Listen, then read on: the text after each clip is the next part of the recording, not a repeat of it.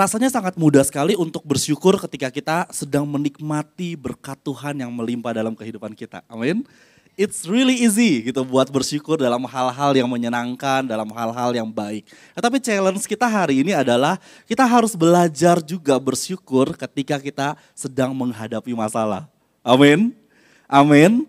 Ketika kita sedang dalam persoalan, ketika kita sedang dalam mood yang tidak baik, kita mau belajar untuk mengucap syukur. Amin. Amin. Ya. Dan berkaitan juga dengan firman Tuhan kita pada hari ini, kita sedang dalam seri khotbah Immanuel, Allah beserta kita. Kita belajar mengenai perspektif yang berbeda dari penyertaan Tuhan di setiap musim kehidupan di hidup kita. Ada musim-musim menyenangkan, ada musim-musim yang tidak menyenangkan. Ada musim-musim yang mungkin menyakitkan. Ada musim-musim di mana kita sudah hampir menyerah rasanya. Pengen putus asa aja, pengen menyerah aja. Tetapi ada satu pengharapan yang Tuhan kasih ke kita, yaitu bahwa Dia akan selalu menyertai kita. Amin. Kita lihat di Matius 1 ayat 23 dikatakan, sesungguhnya anak darah itu akan mengandung dan melahirkan seorang anak laki-laki dan mereka akan menamakan dia Immanuel, yang berarti sama-sama Allah. Yes, Allah menyertai kita. Amin. Minggu lalu, Pastor Fernando sudah memperkenalkan perspektif kita pada penyertaan Tuhan saat melewati lembah. Tuh ya, masih ingat firman Tuhan yang minggu lalu? Kita bisa menikmati sukacita, happy, segala sesuatu yang baik pada saat kita berada di puncak. Kita bisa menikmati hal-hal tersebut, tetapi kita bisa mengenal Dia lebih dalam, mengetahui apa isi hatinya lebih dalam ketika kita melewati lembah. Amin. Dan hari ini kita akan belajar sama-sama sebuah metafora lainnya dari firman Tuhan, yaitu di tengah belantara. Di tengah belantara. Gimana kita bisa merasakan hadirat Tuhan pada saat kita berada di tengah belantara. Nah, menurut KBBI atau Kamus Besar Bahasa Indonesia, kata belantara itu berbicara mengenai hutan atau padang yang begitu luas, sangat luas sekali. Kalau di Indonesia biasanya kita kenal dengan nama hutan belantara. Itu banyak pohon-pohon yang besar-besar dan tidak teratur dan sangat luas. Jadi ketika kita berada di dalam hutan belantara, biasanya kita nggak tahu jalannya kemana. Bahkan cahaya matahari pun gak tembus ke dalamnya. Sehingga ketika kita berada di dalam hutan belantara biasanya gelap, sesak gitu ya rasanya. Orang yang punya klaustrofobia biasanya akan sangat menderita ketika berada di dalam hutan belantara. Karena rasanya sesak sekali, gak enak sekali. Nah, sedikit berbeda dengan situasi lembah yang kita pelajari di minggu lalu, melewati belantara itu biasa memakan waktu lebih panjang. Memakan waktu lebih lama karena kita nggak tahu jalan keluarnya. Kita nggak bisa lihat di mana jalan keluarnya. Nah, ketika berada di dalam belantara, satu hal yang paling mungkin ada di pikiran kita adalah gimana cara kita untuk bisa ketemu jalan keluar. Cuma itu aja biasanya. Pemikiran kita kalau kita berada di dalam satu hutan belantara, padang yang gak ada arahnya, pokoknya mau cepat-cepat keluar. Gak enak ada dalam situ. Mau langsung segera selesai saja. Nah, situasi kehidupan kita seringkali seperti ini. Kita seperti berada terjebak di dalam hutan belantara dan kita gak tahu jalan keluarnya gimana. Contohnya ketika kita bekerja. Ketika kita sedang bekerja, kemudian kita dihadapkan pada situasi, saya mau lanjut bekerja atau saya quit gitu, keluar, cari pekerjaan yang lain. Kita nggak tahu mau pilih yang mana. Kemudian pada saat kita yang kuliah misalnya, kita kuliah, kita tahu biaya kuliah cukup tinggi, kemudian mungkin kita nggak punya dana yang cukup, orang tua mungkin nggak punya dana yang cukup, kita bingung memutuskan untuk lanjut kuliah, tetapi dengan resiko mungkin akan terseok-seok dengan biaya kuliah yang begitu besar, begitu mahal, mungkin akan ada hutang, tetapi walaupun mungkin kita mikir gitu ya, nanti mungkin ketika selesai kuliah ada pekerjaan yang baik yang akan saya dapatkan. Masalahnya kita belum bisa meyakinkan hal tersebut. Kita bingung, kita seperti berada di hutan belantara. 10 tahun yang lalu saya terjebak pada situasi yang seperti itu. Saya juga mengalami pada situasi seperti itu. Ketika lulus kuliah, pada saat itu saya sudah bekerja gitu di kampus. Dan saya harus memutuskan untuk tetap bekerja atau saya berani melangkah pada sesuatu yang cukup ekstrim buat saya pada waktu itu. Pilih ke Korea. Tempat yang saya nggak tahu, saya nggak pernah bayangkan sebelumnya. Saya harus pilih untuk lanjut kerja atau saya harus pilih untuk melangkah ke Korea. Kemudian setelah 5 tahun berlalu, kembali saya dihadapkan pada situasi itu. Saya harus stay di Korea apa saya harus balik ke Indonesia. Seringkali kita ada di situasi-situasi seperti itu. Kita nggak tahu nih pilihannya. Harus menimbang-nimbang, kita nggak tahu, sulit sekali. Ada mungkin yang sedang berpacaran atau membangun hubungan gitu ya. Bingung hubungannya mau dibawa kemana. Jangan, saya nggak nyanyi nanti. Bingung mau dibawa kemana hubungannya. Apakah lanjut ke jenjang pernikahan atau mungkin ada pilihan yang lain, option yang lain. Kita kebingungan. Kita nggak tahu harus pilih yang mana. Kita mulai berpikir sampai terjebak dalam hutan belantara pikiran kita sendiri. Sering kali ini terjadi. Kita mikir gak ada yang bisa nolong. Gak tahu nih siapa, orang-orang gak ngerti. Mereka gak tahu situasi saya. Itu paling sering banget kita ucapkan gitu ya. Mereka gak tahu apa yang sedang saya hadapi. Nah, tapi tahukah saudara bahwa ada hal menarik yang kita akan pelajari sama-sama dari firman Tuhan. Ketika kita melihat kisah-kisah belantara di dalam Alkitab, kebanyakan mereka yang menghadapi belantara ini sebelumnya berada di satu puncak gunung. Wow, ternyata puncak gunung kemudian mengikuti hutan belantara. Ini terjadi juga pada Yesus. Ketika dia dibaptis oleh Yohanes Pembaptis di Sungai Yordan, kemudian ada kemuliaan Allah yang turun atas Tuhan Yesus. Burung merpati turun, Roh Kudus turun yang menyerupai burung merpati. Kemudian ada suara dari langit. Suara Bapa berkata bahwa ini anak yang kukasihi, kepadanya aku berkenan. Itu puncak gunung. Orang semua melihat, wah, dengan kagum. Ternyata Yesus anak Allah. Ternyata benar Yesus adalah anak Allah. Tapi kalau kita lihat di ayat-ayat selanjutnya, Yesus nggak tetap ada di puncak gunung. Dia dibawa ke padang, selama 40 hari 40 malam dia berpuasa dan dia dicobai. Dia berada di belantara. Tuhan Yesus sendiri berada di belantara ketika itu. Setelah menikmati puncak gunung, dia berada di belantara.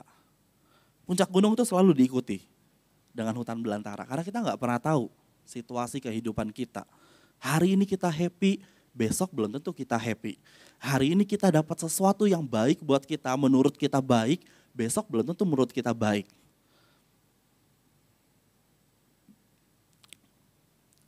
Semisalnya dengan bisnis kita.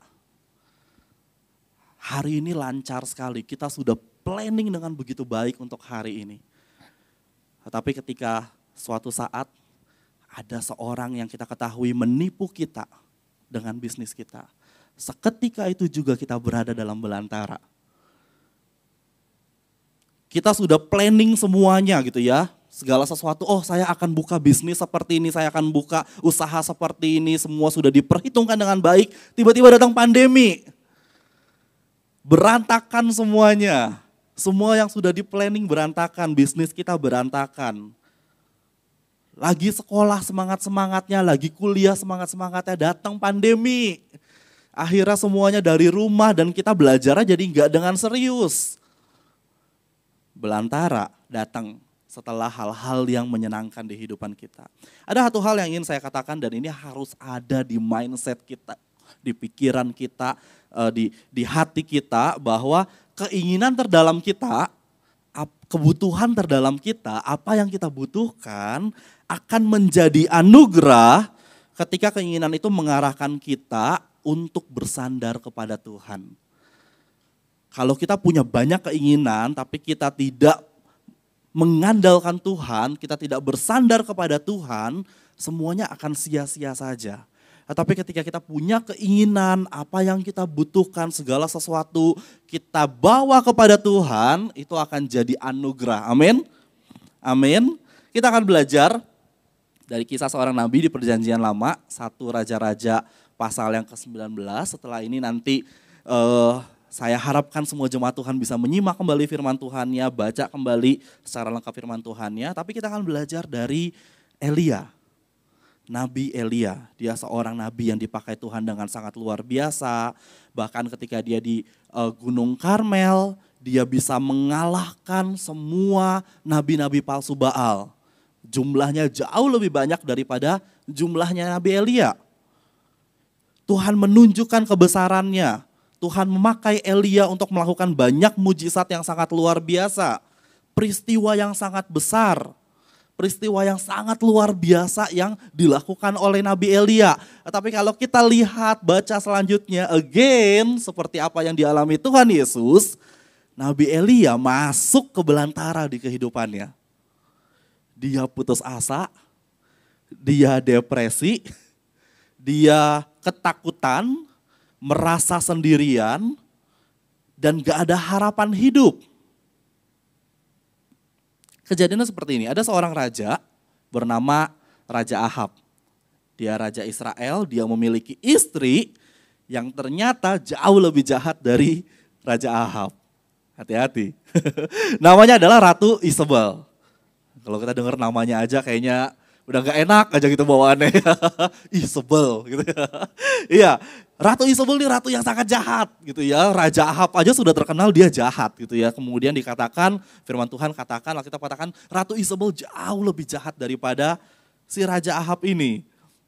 Nah, ketika di Gunung Karmel, itu kan peristiwanya Nabi Elia beradu bersama dengan nabi-nabi palsunya Raja Ahab, nabi-nabi palsu Baal.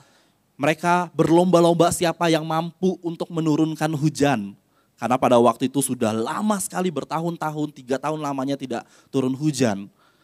Kemudian Nabi Baal mulai melakukan ritualnya dan tidak turun hujan. Tetapi Tuhan pakai Elia, bahkan dikatakan persembahannya disiapkan oleh Nabi Elia. Kemudian dia memerintahkan orang-orangnya untuk menyiram dengan air.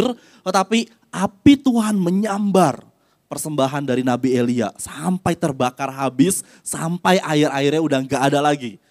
Dan setelah itu kemudian dia minta turun hujan dan hujan lebat turun. Tuhan pakai Nabi Elia dengan sangat luar biasa pada waktu itu. Ini gak pernah terjadi gitu ya, nabi-nabi Baal pada waktu yang ada jumlahnya 850 aja gak mampu melakukan hal tersebut. Tetapi itu terjadi ketika Tuhan pakai Nabi Elia. Nah, ketika peristiwa itu terjadi, kemudian Nabi Elia membunuh seluruh nabi-nabi palsu tersebut dan Ratu Isabel marah besar. Hati-hati kalau perempuan sudah marah. Dia marah besar, dia bilang ke Ahab kurang lebih kayak gini. Kalau kamu gak bisa menyelesaikan pekerjaan ini saja, kasih ke gue. Kata Ratu Isabel. Dan dia langsung mengirim pesan kepada Nabi Elia melalui pesuruhnya. Dia kirimkan pesannya seperti ini. Besok, exactly besok di jam yang sama kamu mati. Langsung Nabi Elia seketika itu juga kehilangan kekuatannya. Kehilangan power, dia ketakutan dengan ancaman dari Ratu Isabel. Sebel gak kira-kira? Gitu ya. Dia ketakutan. Cuma dengan pesan seperti itu dia ketakutan setengah mati. Dia lari dari tempatnya pada waktu itu setelah dia turun dari Gunung Karmel. Dikatakan dia berlari ke satu daerah yang bernama Beersheba. Dan itu kalau diprediksikan jarak antara Gunung Karmel sampai ke Beersheba itu adalah 160 km. Dia nggak naik Grab, dia nggak naik mobil, dia nggak naik kendaraan. Dikatakan dia berlari ketakutan sampai ke Beersheba. Sampai sana pun dikatakan lagi dia tinggalin orang-orangnya, pesuruh-pesuruhnya, katakan bujangnya dia tinggalkan. Kemudian dia masuk ke belantara. Dia masuk ke padang yang kurang lebih jaraknya 1 hari. Bayangkan ketakutannya Elia seperti apa. Dia putus asa, dia depresi, dia nggak tahu harus ngapain, dia duduk di bawah pohon arar dan di situ dia mulai protes sama Tuhan. Cukup, katanya. Cukup Tuhan, ambil aja nyawa saya. Ambil aja nyawa saya. Saya capek dengan semua ini, saya nggak punya tenaga lagi buat menghadapi semua ini. Situasi-situasi seperti ini. Dia kecapean. Hilang semua power yang tadinya sebelumnya dia terlihat sangat luar biasa. Dan seringkali kita ada di situasi seperti ini juga. Ketika melihat hal-hal besar terjadi dalam kehidupan kita, kita kecapean and then kita katakan cukup Tuhan. Cukup. Kita orang tua yang mungkin punya anak-anak gitu ya. Tapi anak-anaknya susah diatur. Kita bilang ke Tuhan, cukup Tuhan, cukup. Kita yang mungkin sedang bekerja, tapi pekerjaannya sulit. Kita katakan cukup Tuhan, udah cukup.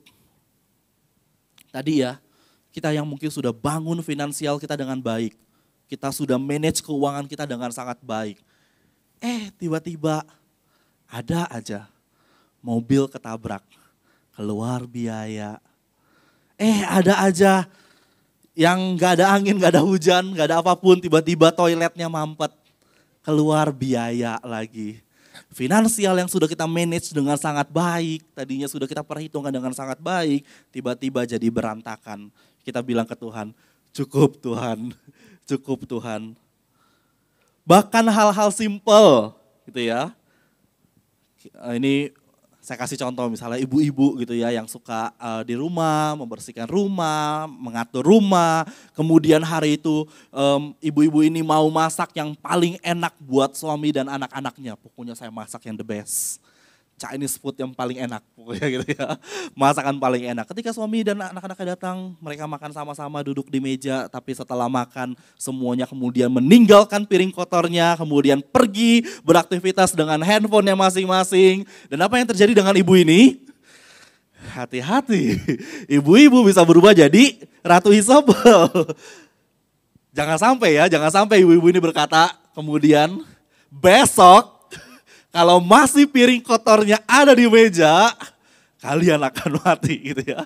Jangan sampai ibu-ibu marah seperti itu. Kita emosi dengan hal-hal kecil, kita capek dengan hal-hal kecil yang sebelumnya kita sedang sukacita. Kita senang gitu yang ngerjain rumah, memberesin rumah, masak-masakan yang enak. Tapi karena satu hal kecil, kita kehabisan. Emosi kita udah gak terkontrol lagi. Ini yang terjadi pada Elia. Tadi saya sudah mention gitu ya, ketika dia melakukan hal-hal yang besar, bahkan sebelum kejadian Gunung Karmel, Tuhan juga pakai Nabi Elia dengan sangat luar biasa. Dia bisa membangkitkan seorang anak dari janda di Sarfat. Mujizat yang sangat luar biasa pada waktu itu. Kemudian sebelumnya lagi dia bisa melawan Raja Ahab, dia tidak tunduk dengan perintah Raja Ahab, kemudian dia lari. Kemudian apa yang terjadi? Tuhan pelihara dia dengan burung gagak. Tuhan kasih makan dia ketika dia bersembunyi dari Raja Ahab dengan pertolongan burung gagak. Ini satu hal yang aneh, gitu kan? Satu hal yang unik yang Tuhan lakukan, yang Tuhan nyatakan di depan mata Nabi Elia. Semua hal-hal hebat, semua perlindungan Tuhan, pertolongan Tuhan, nubuatannya, kebesarannya, semua terjadi di depan matanya Nabi Elia. Tetapi dia kelelahan. Tetapi dia ketika Ratu Isabel mengancam dia satu kali, langsung keok. Karena apa? Karena Elia kelelahan. Karena Elia kecapean, bukan karena dia lari saja. Tapi sebelum itu dia sudah kecapean secara emosi, secara fisik, secara mental dia sudah sangat kecapean. Dan dia nggak sadari. Seringkali kita tidak menyadari kalau kita capek dengan hal-hal yang besar mungkin yang kita alami, yang kita lakukan. Elia berteriak kepada Tuhan, cukup semuanya ini. Nah kita lihat sama-sama di 1 Raja-Raja 19 ayat 5, ini yang Tuhan lakukan ke Elia. Ini yang Tuhan kasih ke Elia. Di ayat yang kelima dikatakan sesudah itu ia berbaring dan tidur di bawah pohon arar itu.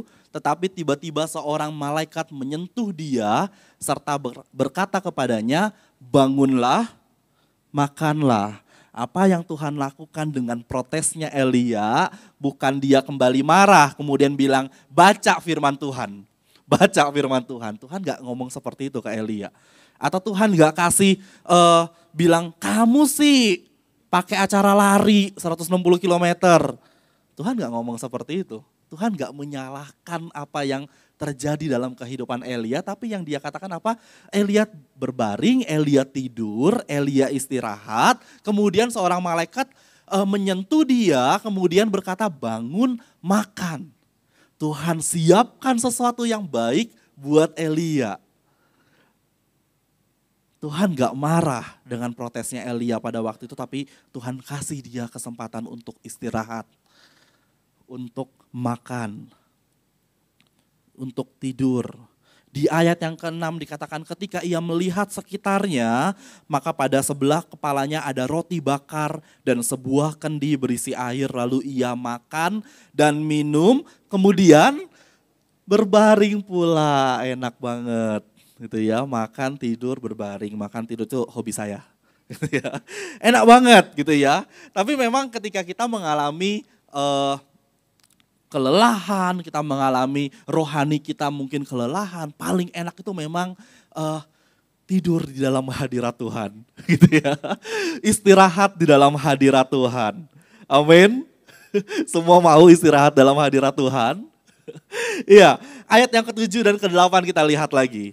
Tetapi malaikat Tuhan datang untuk kedua kalinya dan menyentuh dia serta berkata, bangunlah, makanlah. Kedua kalinya nih ya, disuruh bangun lagi, suruh makan lagi.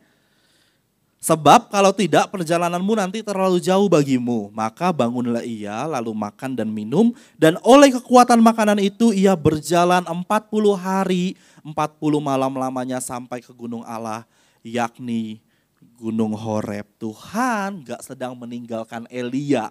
Tuhan gak sedang membiarkan Elia mati karena keputusasaannya. Tapi Tuhan masih mau pakai dia dengan sangat luar biasa. Amin. Tuhan masih banyak yang mau dia kerjakan dengan Elia. Kadang kita gak mengerti Tuhan sedang berbicara kepada setiap kita. It's okay. Tuhan bukan Tuhan yang jahat yang ketika dia berbicara sekali kemudian meninggalkan kita. Ketika Tuhan sudah suruh Elia untuk bangun makan, kenapa? Karena mau siap-siap untuk hal-hal besar di depannya. Tuhan gak langsung tinggalin begitu aja, tapi dia bangunkan kembali Elia, kemudian suruh makan lagi. And then dikasih tahu, kamu akan melakukan hal-hal besar lagi. Makanya persiapkan diri kamu. Luar biasa banget apa yang Tuhan kasih kepada Elia. Kita lanjut ya. Di Gunung Horeb. Ketika itu akhirnya Elia pergi, kemudian Elia sampai ke Gunung Horeb, dia masuk ke sebuah gua, dia bermalam di sana, kemudian Elia mulai berbicara dengan Tuhan.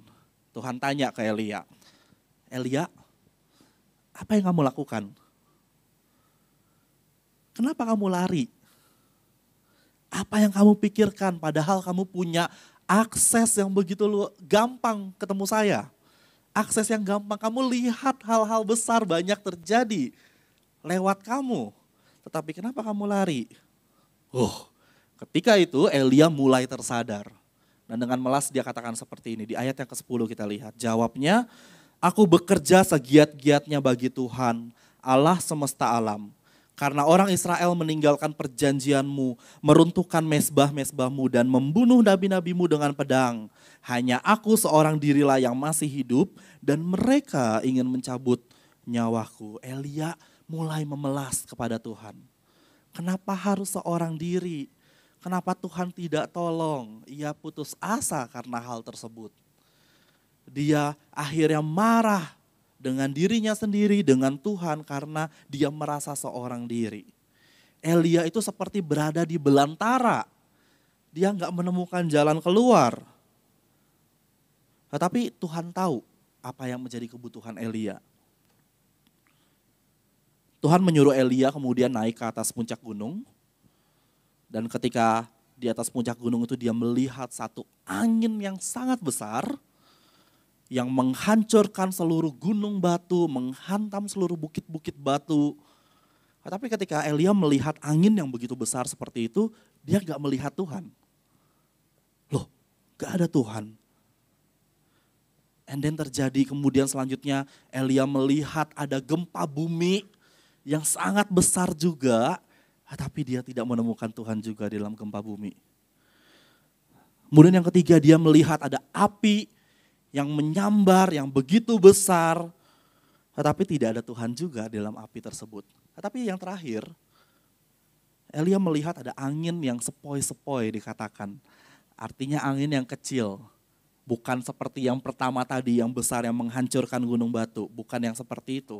Tetapi angin yang kecil, kemudian dia mendengar suara Tuhan. Dia mendengar suara Tuhan. Tuhan berbicara dengan suara kecil dan suara yang lembut. Pertanyaannya, kenapa Tuhan berbicara lewat suara yang kecil, suara yang lembut? Padahal ada hal-hal besar yang bisa dia lakukan. Dengan dengan angin yang besar yang menghancurkan gunung batu, menunjukkan kekuatan gitu ya. Dengan gempa bumi, dengan api. Tetapi ketika dia berbicara kepada Elia, dia berbicara dengan suara yang kecil dan suara yang lembut. Jawabannya karena Tuhan ada dekat dengan kita. Tuhan sebenarnya dekat dengan kita. Dia enggak jauh, tapi dia sangat dekat sekali dengan kita sehingga dia enggak perlu berteriak. Dia enggak perlu berteriak. Kita tahu iblis seringkali meneriakkan kebohongan-kebohongan. Ayo seperti ini, ayo seperti ini. Dunia menunjukkan hal yang ini. Ayo ikuti apa yang dunia sediakan, apa yang dunia mau kita lakukan. Tetapi Tuhan membisikkan kebenaran kepada setiap kita. Ketika dia berbicara mengenai kebenaran, dia membisikkan kepada kita. Tuhan gak berteriak untuk mendapatkan atensi kita, perhatian kita. Tapi dia berbisik untuk membawa kita lebih dekat lagi dengan dia. Amin. Tuhan berbicara dengan sangat lembut supaya kita yang cari perhatian dengan Tuhan.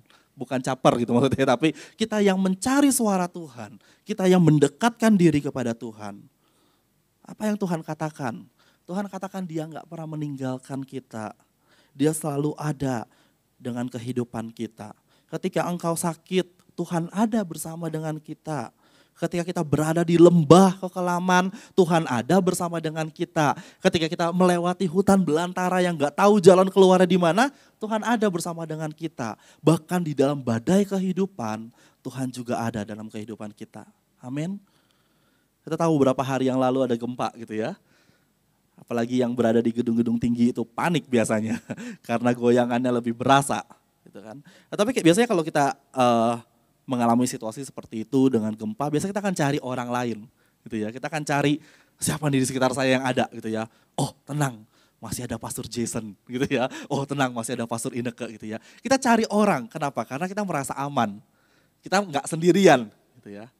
Nah ketika Tuhan ada bersama kita seperti itu gitu ya. Ketika Tuhan ada di sebelah kita tahu Tuhan dekat dengan kita akan merasa aman.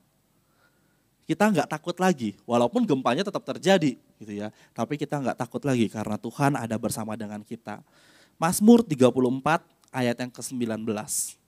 Saya mau kita baca sama-sama firman Tuhan ini yang sangat luar biasa sekali. Mazmur 34 ayat yang ke-19. Kita baca sama-sama.